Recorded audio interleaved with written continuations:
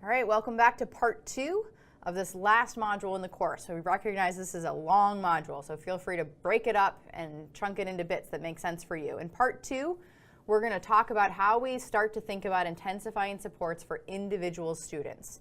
And I want to be really clear right from the very beginning of this that we are not providing specific training in how to do intensified supports for individual students. This course is really about getting Tier 1 and some Tier 2 strategies in place for kids, and then knowing enough about what an individualized behavior support looks like to know whether or not, first of all, your students need that level of support, and second of all, whether the plans that you're part of, if you're part of an intensive plan for a student, whether it's a good plan or a bad plan or where to push back. At the end of this module, we will provide you with additional resources where if you want to learn more about how to actually deliver and make plans for intensive behavior support for individual students. This is an overview that should let you know whether you're on the right track or not. So let's think a little bit about how individual students experience behavior support. So we're going to start and think about Bean, who is a pretty successful kid with general Tier 1 support. So in Bean's classroom, this teacher has taught the routines and the expectations, provides active opportunities to respond during lessons, reinforces appropriate behavior, and quickly and quietly redirects students back onto task if they're displaying inappropriate behavior. But then Bean starts to display some at-risk behaviors, and he needs some additional Tier 2 supports. So the teacher intensifies that level of support. They might use one of the specific strategies that we talked about. They might use check-in, check-out. They might use class-wide fit to help provide additional supports for Bean here in Tier 2. Bean is able to be successful after he gets that level of support, and the teachers and his team start to think about how to fade those Tier 2 supports. Remember, we talked about how access to Tier 2, access to Tier 3 is not a life sentence, and our level of support should change based on kids' need. So when Bean starts to be successful in Tier 2, we're going to planfully start to fade that support back so that he's able to be successful. But unfortunately for Bean, things escalate in his life. He starts to display some more intensive, severe behaviors. So we're going to put together a really intensive behavior support plan for Bean with the hopes of getting him all the way back down to a place where he's able to be successful with Tier 1 supports. We use this graphic just to remind you that what we're doing here is not labeling kids. We don't have Tier 3 kids, we don't have Tier 2 kids, we don't even have Tier 1 kids. We have kids with varying levels of need, and our job is to develop an intervention to meet them where they are and allow them to move through this continuum across time. So when we build individualized systems of supports, we require a couple of things, and this really is like your checklist to think about what is it that we need to have in place in our school or in our district in order to be able to meet individual student needs. Behavioral competence at the school and district level. In a lot of schools, there is not necessarily an individual on staff that has this level of behavioral competence. In some schools there is, but in many cases this is something that the district shares across schools. But somewhere in your school or in your district, there needs to be somebody who really deeply understands behavior and how to implement and support good, solid behavior intervention plans. And so you need to make sure that when you're building your individual student systems and your teams, that somebody is there that has that level of behavioral competence. Individual student support is always team-based and data-based. And so we're going to never make decisions on our own to support individualized behavior for students. We're going to use a team-based approach, and we're going to use data to guide everything we do. So the content that we talked about in the last 2 modules is really going to come into play when we do individualized student support. We are going to target our social skills instruction and focus on self-management. We're going to get more precise in what it is that we do with the end goal of making sure that when our students leave us, they are able to do this for themselves, that they can recognize when they need support, they can recruit that support, or they can develop it for themselves. And that's the end goal of what we're really going to do. We're going to make sure that everything we're doing is individualized and accommodates their particular needs. And so our instructional content, our behavioral approach, the curriculum accommodations, all of that needs to be in place. We're going to use function-based thinking to guide all of the things that we do as we go through this. And we really need to start to think about making sure this is a comprehensive, person-centered planning process. And so we're going to bring kids, whole teams together, who are all the people in their life that care about them, that are working for them, And we're going to include the kid in this process as well and make sure that the kid is getting to say, this is what's important to me in my life, and that they're part of this process. And individual student systems rely on all of these different things. So we've used this flow chart all the way through this module. We're going to think about it one more time here. When you start to think about requesting additional Tier 2 or Tier 3 support, the first question is there a targeted group of students that are displaying that sort of frequent but minor challenging behavior? And you already know that if so, your response is those Tier 2 strategies that we've already talked about. If, however, we've got some individual students that are displaying chronic or high intensity problem behaviors, we're not going to go to check-in, check-out. We're not going to go to class-wide fit. We're going to go to intensive individualized supports.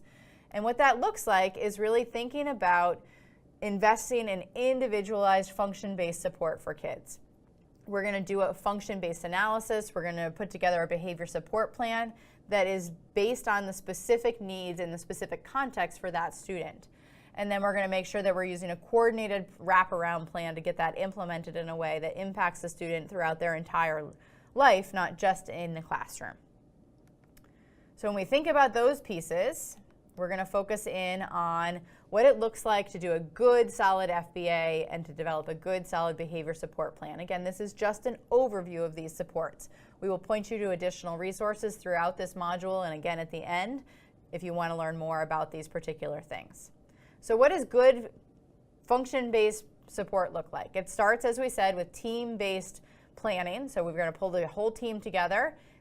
Somebody on that team has got to have behavioral competence. It starts by identifying the problem behavior like we did way back from the very, very beginning and putting together a functional assessment.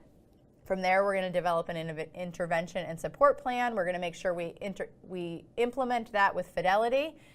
Our ultimate goal here is always impact on behavior and lifestyle. This is not just about compliance in a classroom. This is really about improving the quality of life for the individual for whom we're trying to support. There are lots of different strategies for how we do these things. We're going to give you an overview of some of them as we go through this part of this module. This is just to kind of let you know the types of things you might encounter as you go through this. When we develop a functional assessment, we're going to look at things like response classes, groups of behaviors that might meet a similar function, or different types of behaviors that are all used to meet the same function. We're going to look at those different things. We're going to develop our hypothesis statement. We're going to look at the function of behavior. We're going to use those things to put together an intervention support plan. Like I said, make sure we monitor it with fidelity and make sure that we're constantly holding ourselves accountable to make sure that we're really improving life for kids. So all of this put together is what it looks like to do good individualized behavior support. We're going to break it down a little bit simpler and look first at these things. So remember, advanced training is required. This content is really about giving you an overview. We're going to start by looking at the function of behavior. You'll remember from the very, very beginning of this course that there are two major functions of behavior: to get or obtain something, or to escape or avoid something. We determine that by looking at the history of reinforcement. So if something has a history of being positively reinforced, so the individual got access to something or got something based on that behavior, then we say the function of that behavior is to get or obtain something. If the history of this particular problem behavior is that the student or the person got away from something, so there's negative reinforcement in place, then we say the function of that behavior is to escape or avoid something. So if that's something you want to refresh yourself on, you can go back to the first two modules in this course and just remember how we were thinking about the function of behavior. We're going to do a quick review here. Remember, we determine the function of behavior by looking at the antecedents, behaviors, and consequences. What typically comes before the behavior, what does that behavior look like, and what typically comes after it. We have to look at a pattern of behaviors across time in order to determine the function. And by looking at that pattern across time, we can really think about what do we think this behavior, what need is this behavior meeting for this kid? What are they trying to communicate with this behavior? Do they need access to something? Do they need to get away from something? And then we're going to use that to develop our intervention plan. So let's take a look at an intensive example. Adam is told he has to wait for his favorite activity. He screams, he hits, he kicks, he destroys property. And after this behavior, the staff immediately allow him access to his favorite activity in order to get that behavior to stop. In the future, Adam continues to scream, hit, etc. whenever he's told to wait. So let's break that example down a little bit. What typically comes before Adam's behavior? Right, he's being told to wait, or he's told no to something. What does that behavior look like? We'll sum it up by saying it's a tantrum, one that you don't want to continue in your classroom. And right now, what typically follows that behavior? Right now, he's given what he wants. The staff in the classroom are saying, we need this to stop. Fine, have access to what it is that you wanted. So if this were the pattern across time, what would we say the function of Adam's behavior is? Right, you should be thinking to get or obtain access to that desired item or activity. He's doing this over time because it's working to help him get access to that activity. So that's the function of his behavior. We're now going to ask you to stop and use the scenario that's in your workbook to think through the function of behavior. So read the scenario. It's about Jessica. It's at the end of your workbook there. Jot down the sources of information that you might want to think about collecting in order to help you determine what the function of Jessica's behavior is, or for a particular student in your classroom if you're thinking about somebody in your classroom.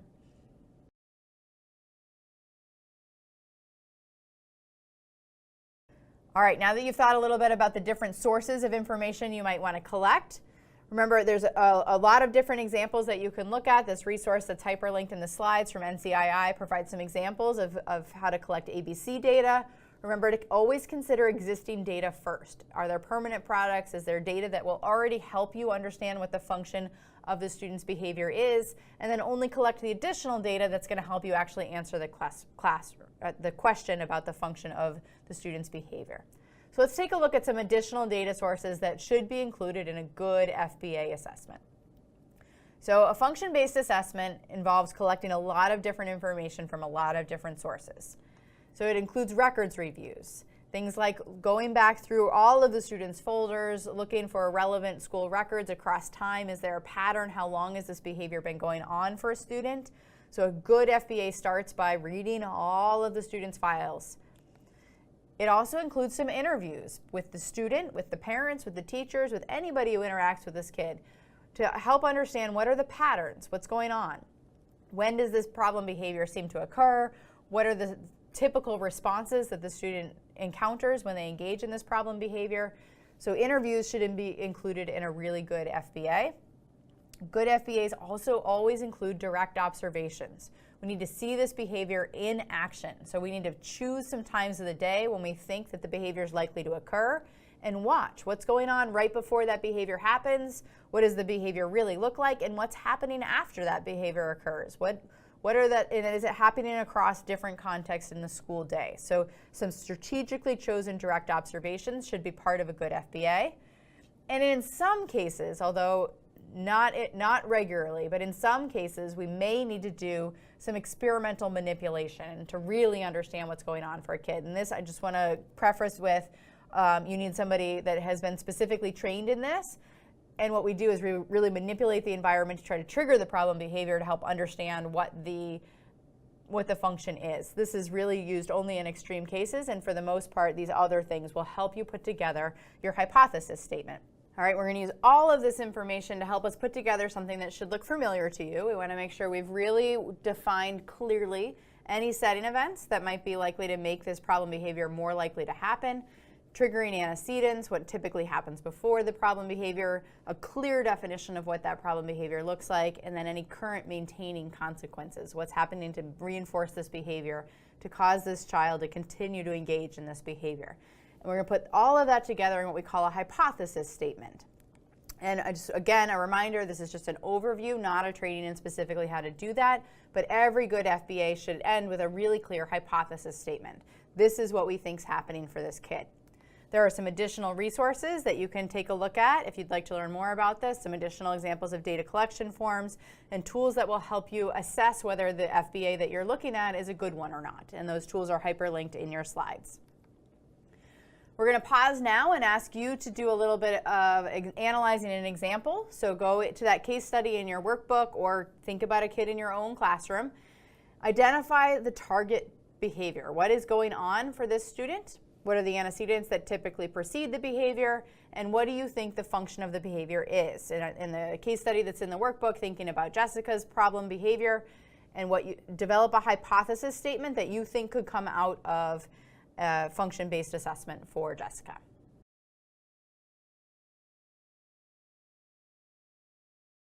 Welcome back from that activity. Let's just quickly review what we think is going on for here. You were asked to look at that case study and think about what's going on for Jessica. Remember, we're going to look at the antecedents, the behaviors, and the consequences. You probably identified something like the antecedent to Jessica's behavior is difficult tasks, in particular writing. A writing intensive assignment was the most likely trigger for her problem behavior. Her problem behavior, probably you've written down something like she talks out, she makes noises, she runs around the room. And right now what's happening for her is she's sent out of the room to the principal or to in-school suspension, and she's not required to complete work. And so probably you've put something like that in your hypothesis statement. And if this were true for Jessica across time, you probably said the function of behavior for her is to escape or avoid a difficult task. All right, we're going to move forward now, and now that we've determined the function of behavior, we're going to move on to the next step in developing individualized supports for students, and that's choosing replacement behaviors. And we're really resting this entire process on this basic fundamental rule that we're not going to take away a student's problem behavior or work to reduce their problem behavior without also identifying a more appropriate alternative that helps them meet their needs. So if we think about the function of behavior as a student communicating to us, I need attention or I need to get out of this, we don't want to take away their ability to communicate that. We want to teach them to communicate it in a more socially appropriate way. So we're going to base this whole thing on thinking about, we now know what they're doing, what they're engaging in. We know what the function of that behavior is. We need to think about what would be a more appropriate way for them to get that need met. And in that process, we're going to work on choosing a desired behavior. So we got to think about what's the current problem behavior. We've got a kid that's running around the classroom. What is the current maintaining consequence of that behavior? In most cases, that's different than what we'd like the kid to do. So we think about what we want the kid to do instead. Maybe we want the kid to sit at their desk and do their work. Oftentimes, the consequence, the natural consequence that is in place for this desired behavior is different than that maintaining consequence, the function of behavior that you've just determined through your FBA process. Often when we say to a kid who's moving around the classroom, they get some kind of attention or they don't have to complete their work, so we're meeting that need. If instead we say just sit down and do your work, and then when they're done with their work we say cool, now do this work. We give them more work. And so that natural consequence is different than the consequence that comes when they engage in the problem behavior. So we need to recognize this difference and then plan for it. So we're going to think about those pieces. What we want to do is identify the maintaining consequence of the problem behavior and then identify a replacement behavior that meets that same need. So instead of running around the classroom or tantruming or whatever it is that the student's engaged in right now, what would be a socially appropriate or a more socially appropriate behavior that they could engage in that meets the same function? And we'll call that the replacement behavior to differentiate it from the desired behavior, which is what we want the kid to do anyway. So the desired behavior is kind of our end goal. The replacement behavior is really anything we'd be willing to accept in the short term. What is it that we'd rather have the kid do? In a lot of cases, it's things like just ask for help. Instead of throwing a temper tantrum about the difficult writing assignment, it'd be really great if the kid said, help, I don't know how to do this, instead. And so we can then provide attention or allow the kid to escape some work in that situation if they are able to engage in that replacement behavior. So let's just clarify replacement versus desired behavior. So often that replacement behavior is different than what we ultimately want the kid to do, that desired behavior. These can be different. Remember, replacement behaviors are those short-term pieces that we're kind of willing to accept in the meantime that are better than the problem behavior, but not yet where we want the kid to be. And then we use that shaping process that we talked about at the very beginning of this course to help move a student from the replacement behavior to the desired behavior. And so we're going to do that piece, and we use this diagram called the competing pathway to help model that, and that's what I'm going to show you next. So this competing behavior pathway is really where we put this whole thing together. This is like a behavior intervention plan in one picture. So we're going to start out with that testable hypothesis that came from your FBA, the setting events, the antecedents, the behaviors, and the current maintaining consequences. We're going to identify our replacement behavior, or the thing that we're willing to accept in the short term, and we're going to make sure that it meets the same function as the current problem behavior.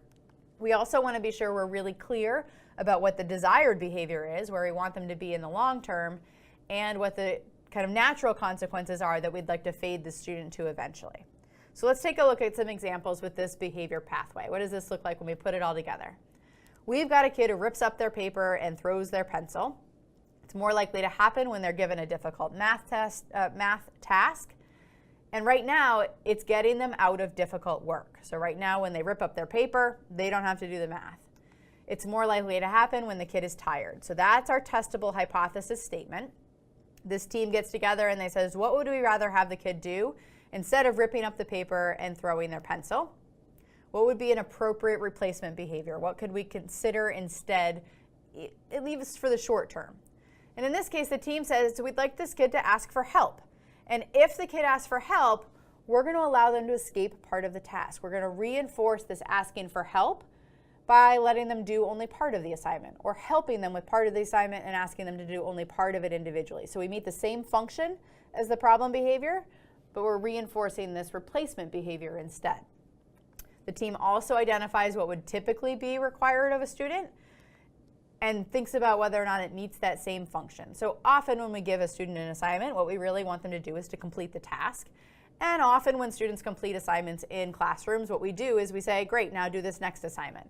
Or we also give them grades or points or things like that. But that's different than getting out of a task. So the natural consequence that's in place in the classroom is different than what's currently happening to support the problem behavior, which is why the student continues to engage in that. So you can see how we put this all together in one diagram. Let's take a look at another example. We've got a kid who's talking out and getting out of their seat.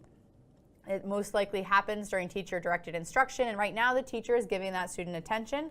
It's more likely to happen when the kid hasn't had attention before this time. The team gets together and they say, well, what will we accept instead of talking out and getting out of their seat? In this case, what we'd like the kid to do is raise their hand and say, can I please answer this question? The typical desired behavior might be to just sit and listen to instruction, in which case often there won't be attention provided. So we want to make sure that if we identify a replacement behavior, we meet it with the same function, and we also think about what do we want the kid to do instead. In this case, maybe we don't want them to interrupt instruction at all. We'd like them to just sit and listen, wait with questions, and often what would happen in that situation is there's no direct attention provided. Here's another example, same basic scenario here. Our kid is talking and out of their seat. The team says we will accept hand raising. Maybe that is the desired behavior. So there are cases where your replacement behavior and your desired behavior are the same, in which case we need to make sure that we are aligning those pieces. So make sure that we recognize that these can be different or they could be the same. All right, now I want you to go back to Jessica in your workbook and think about the testable hypothesis statement that you developed during the last activity, and think about how you can put this together now in a competing pathway for Jessica. We're going to ask you to post this on a discussion board to get feedback and other ideas from your colleagues, because there's more than one thing that you could put in that replacement behavior. There's more than one thing that might be identified as the desired behavior. So get other ideas from your colleagues, share your ideas, and have a conversation with others taking this course with you about how well you've put together your competing pathway and whether or not it makes sense for Jessica.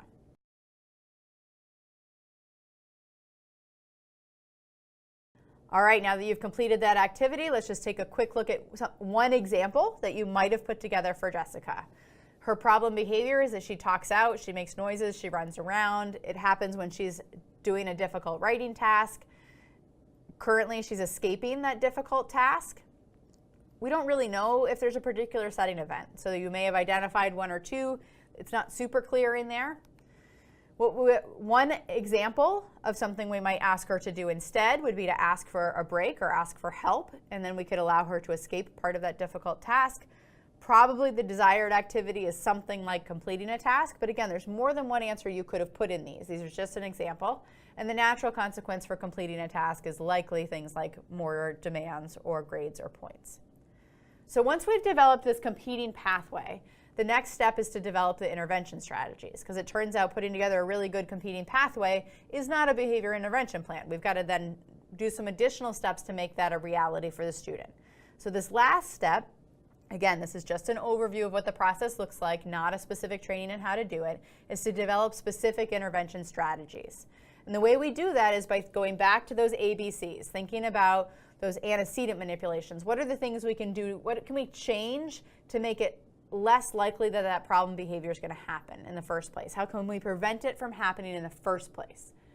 What are the things we need to teach? What are the new behaviors we need to teach? Think about that replacement behavior that we just identified, and how do we shape that towards the desired behavior?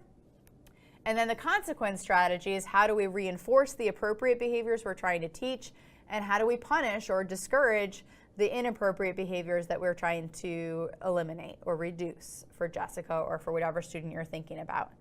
So more specifically, these are all the different approaches that you could use to do those things. And we're not going to go into a lot of detail about these things, but think about this as a continuum of strategies that you can layer on. If you're thinking about setting event manipulations, first of all, can you minimize the likelihood that a kid's going to be tired? Maybe you work with the family or the kid to think about a bedtime routine or getting to sleep on time. If a kid is hungry, how can you minimize the likelihood that they're going to show up to school hungry? Can you provide breakfast in the morning? Things like that. You can neutralize that hunger or that tiredness by providing a snack or a rest period. If you can't do those things, you could layer on withholding an antecedent. If you know that a kid is going to have a hard day, you might consider not giving them that difficult writing assignment that day. Not that you never give it to them, but maybe you just don't give it to them on that day. Or if you have to give it to them and you can't do all of the things above that, you can add prompts. Like, hey, I know this is going to be a really hard day. Remember, if you need help, you can raise your hand. Remember, you can ask for help. Remember, you can ask to take a break. And increase that reinforcement. You know that when a setting event is in place, this is going to be a harder task for a kid, so you've got to increase the reinforcement for that desired behavior that you're looking for. The same is true for antecedent manipulations, all the different ways to teach behaviors, and all the different ways to manipulate those consequences. So you can think through each of those different things. How do you redesign the environment? How do you add prompts and predictability? Building in choice for students when you know that this is part of their challenge. How do you teach those behaviors? We've talked through how to teach specific social skills, specific lessons, and then how to really shift the student using shaping from that replacement behavior to the desired behavior. And then when we're thinking about our consequence strategies, making sure we're thinking function-based. How do we reinforce the appropriate behaviors, let them get their needs met, and not reinforce the inappropriate behaviors? All right, so we're going to go into a little bit more detail. We're going to go back to Adam here and give you a little bit more detail about Adam's case. He's a 12-year-old boy. He lives in a group home that serves 4 other adolescents, 3 boys and a girl. They have various levels of disabilities, and he has a one-on-one staff member who works with him. He's lived in a lot of group homes for the last 3 to 4 years. In his previous placement, he was successfully attending a school. It took a while to get there, but he got there. And he was moved from his group home to the current placement to be closer to his mother. So this is a new change for him. He's got a big transition going on in his life. And after this transition, he regressed into some of his old problem behaviors: hitting, kicking, biting, spitting, pushing, scratching, etc. And he had been removed from the school because of those problem behaviors. So this is a pretty intense situation for this kiddo. So if we think about the function of behavior, we've already talked about this piece. He's using these tantruming behaviors that are pretty severe because it's working for him. He's getting access to what he wants. So we know the function of that behavior is to get or obtain access to that desired item or activity. I'm going to ask you to pause here and think about what might be some replacement behaviors that you could develop for Adam. So we know what the function of his behavior is. What would be a more socially appropriate way for him to get access to that behavior? There's more than one answer here, so jot down a couple of different ideas in your notebook. Just get yourself thinking about all the different possible replacement behaviors.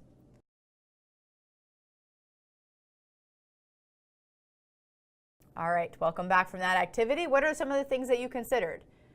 You might have thought about teaching Adam to ask for a break. You might have decided that you would accept grumbling or complaining that's just verbal but not a tantrum, because that would be an improvement from where we currently are. You might have said you want him to select a different alternative activity to do while he waits, so you might provide him with some choice. Remember, we want to choose a replacement behavior that should be more efficient and effective at getting that function met than the problem behavior. Tantruming takes a lot of energy. These things are easier than tantruming, and if they meet the same function, he's going to be more likely to engage in this more appropriate behavior than the tantruming behavior. Once we've done that, we need to develop some intervention strategies. So think about all the ways we can modify those antecedents, what are the instructional things we need to put in place, and what are the consequence changes we're going to make to help support Adam. So in this case, his team thought about things like putting in place a visual schedule to let him know what's coming and when he's going to have access to those desired activities. So he knows he's got time with that. Use predictable routines. Provide choice for Adam within reason. Provide Adam the chance to engage and replace when he prompt him to engage in that replacement behavior. So when you're right before you're going to tell him no or wait, you can say, hey, remember, Adam, I need you to ask for this appropriately, or I need you to engage in this other task first, or make a different choice right now. Remind him what the appropriate behavior is. We're going to role play with him those scenarios. We're going to engage him in instruction. So practice some activities where you ask him to wait and ask him to practice using his replacement skills, and provide really intensive social skills instruction in that process. And then on the consequence side, we need to make sure that if he does engage in that replacement behavior, we provide him lots of praise and quick access to that desired activity. So we're meeting that same function. And if he does tantrum, we make sure that he does not get access to that desired activity via the tantrum. He needs to use the replacement behavior to meet that function. So we put all of this together into an intensive, individualized support plan to support Adam. We're now going to ask you to start thinking about this process for Jessica. So put together that competing pathway, go back to that piece, and start to think about what are some ideas you could put into an intervention plan to support Jessica's problem behaviors. So think about the antecedent strategies, the intervention strategies, or the consequence strategies that you might use to support Jessica's behavior change.